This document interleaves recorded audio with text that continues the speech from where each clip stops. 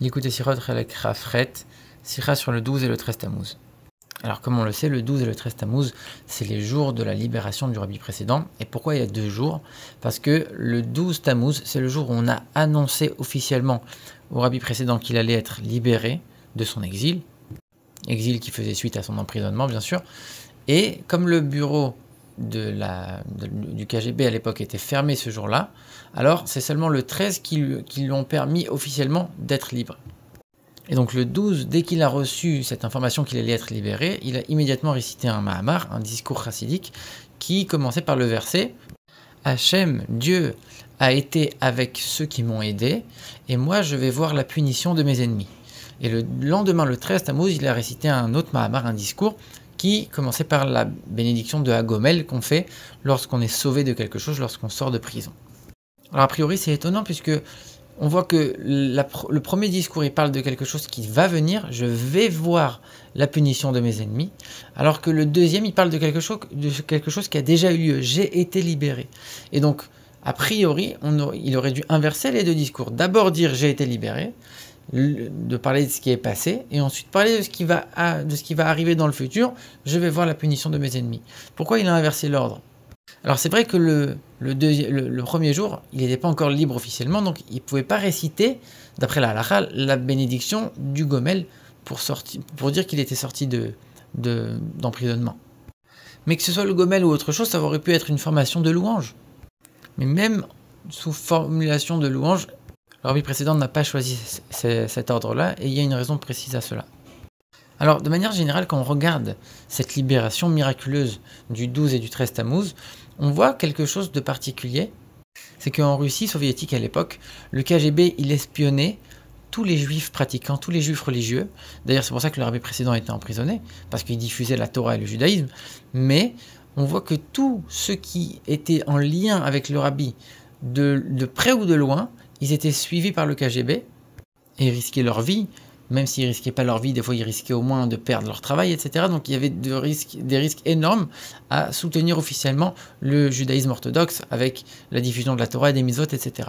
Et pourtant, tous ceux qui ont fait des efforts pour libérer le rabbi précédent, et ils se sont même pas cachés de le faire, c'est-à-dire qu'ils ont envoyé des lettres officielles, des pétitions signées par tous les grands responsables communautaires, ils ont envoyé des lettres dans les bureaux même du KGB, ils se sont rendus sur place avec une aide de certains hommes politiques qui avaient du pouvoir en Russie, à l'extérieur de Russie.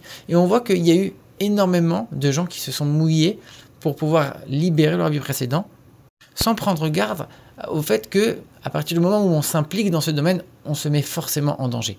Et le grand miracle qui a eu lieu, c'est qu'il n'y a aucun de tous ces hommes qui n'a eu à subir aucune conséquence négative à cause de son aide. Alors que quand on regarde avant l'emprisonnement, et même après l'emprisonnement, tous ceux qui ont été en lien de près ou de loin avec le rabbi, ils ont eu d'énormes problèmes, que ce soit financiers ou même des problèmes plus graves, ils ont été envoyés au goulag, etc. Mais au moment de la libération du rabbi, tous ceux qui s'en sont occupés n'ont eu aucun problème. Et ça, c'est un très grand miracle. Et d'un certain point de vue, c'est même un miracle encore plus grand que la libération elle-même. Parce que le rabbi, il a été libéré parce que spirituellement, il a des mérites énormes. Et puis en plus de ça, on a fait tous les efforts diplomatiques en Russie, en dehors de Russie. Mais tous ceux qui ont aidé, ils ont eu, des fois c'était même des gens qui respectaient même pas le Shabbat, donc les mérites spirituels ils en avaient pas forcément, et ils avaient personne qui ont plaidé pour eux en Russie ou ailleurs, donc c'est encore un plus grand miracle que ces gens-là ne soient pas inquiétés par quelconque danger du fait d'avoir aidé le rabbi à sortir de prison. Et en vérité c'est à ça que vient répondre le discours, le Mahamar du rabbi précédent, qu'il a dit le premier jour. Il a dit « Dieu était avec ceux qui m'ont aidé ». Alors a priori, nous on comprend, il y a des gens qui m'ont beaucoup aidé, et Dieu aussi il est avec moi, et eux aussi ils étaient avec moi, et ça s'est bien passé, Dieu il leur a donné une réussite. En vérité dans le discours c'est pas ça qui est expliqué, c'est qu'en vérité ceux qui m'ont aidé, c'est pas eux qui m'ont aidé, c'est Dieu à travers eux qui m'a aidé. Ça veut dire que Dieu, on sait que c'est lui qui est omniprésent, omnipotent, c'est lui qui décide de tout, c'est lui qui gère tout dans le monde, et donc c'est lui qui a orchestré le fait qu'il allait avoir tant et tant d'hommes qui vont s'investir pour pouvoir œuvrer pour ma libération. À tel point qu'on est en train de dire, c'est Dieu qui fait tout. Eux n'ont rien fait en vérité. Eux n'ont même pas eu la moindre existence personnelle à ce moment-là. Et c'est pour ça qu'ils se sont dévoués corps et âme. Ils se sont dévoués de manière complètement supra-rationnelle pour la libération du rabbi. Parce qu'en vérité, c'était Dieu qui était en train d'agir à travers eux. Donc forcément, ils n'ont été inquiétés de rien du tout. Ils n'ont subi aucun dommage de ça. Puisque c'est pas eux qui ont fait une certaine action, c'est Dieu qui a agi à travers eux. Et personne ne peut atteindre, personne ne peut endommager Dieu, personne ne peut atteindre Dieu. Donc automatiquement, ils n'ont subi aucun dommage, puisque de un, c'est pas eux qui ont œuvré, c'est Dieu, et de deux, personne ne peut atteindre Dieu. Alors à ce moment-là, on se pose une très grande question. Si tu es en train de me dire que eux n'ont rien fait, c'est Dieu qui a agi à travers eux. Donc ça voudrait dire qu'ils n'ont aucun mérite, ils n'auront aucune récompense pour leur action. C'est ça que ça veut dire? Le rabbi dit évidemment que non. Évidemment que tous ceux qui ont œuvré pour la libération du rabbi, ils ont un mérite extraordinaire. Et ça, le rabbi précédent lui-même, il explique dans le discours.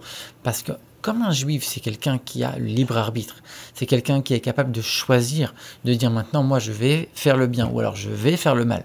Et on voit que tous ces gens-là, ils ont choisi de se dire, je fais la démarche d'aider le rabbi précédent dans sa libération.